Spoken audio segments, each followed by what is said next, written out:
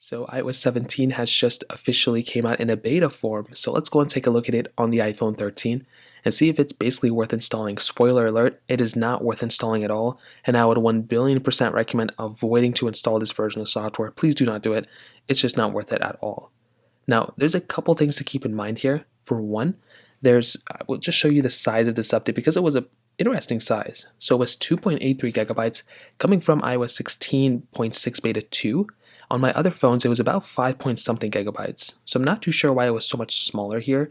Maybe it was because I was coming from the previous beta, and it installed extremely fast. On my other version, it was taking so long. This one, the day after iOS 17 came out, installed very, very fast. Now, the phone application did get a few updates. I think most of you probably know this by now, but you now have the ability of getting personalized, contact photos. So if somebody's, basically calling you, it'll be a much better UI when they call you, which is something that's really cool.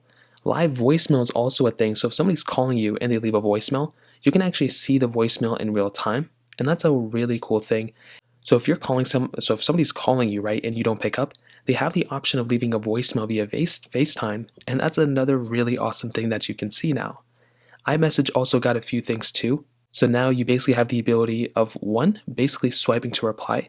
So you can swipe to reply to messages now, which is really nice. I love that type of stuff.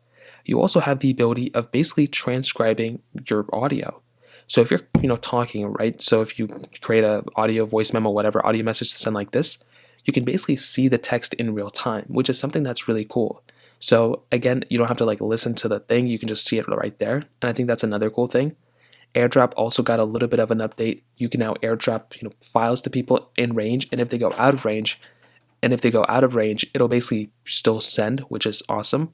On top of that, there's a new name drop feature. So if you're going through and if you want to exchange contacts, you can just tap your phone to another phone on that name drop panel, and you can basically just exchange contacts that way too. The keyboard also got a few updates, so now autocorrect is a little bit better. If you have an iPhone 13, that should be improved. Also, you can actually now get inline sentence finishes automatically.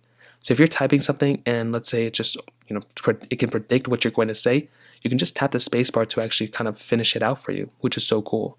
There's a new journal application, and standby mode, which is a really cool thing, is awesome. You can basically turn your phone into its own little side clock thing at night if you turn it over. So that's another really, really cool thing that we had the capability of seeing as well. So overall, it's a pretty good update. It's been a few days, honestly, and I would probably recommend you to not install this update at all. I've heard that the beta profiles are now free now again, but still, do not install it. It is just not worth installing at all. So that pretty much covers it up. If you have any other thoughts or questions, let me know in the comment section below. Hit the like button, that would mean so much, but definitely hit that subscribe button. More importantly than everything else, I love every single one of you guys. Hopefully I'll catch you guys in the next video.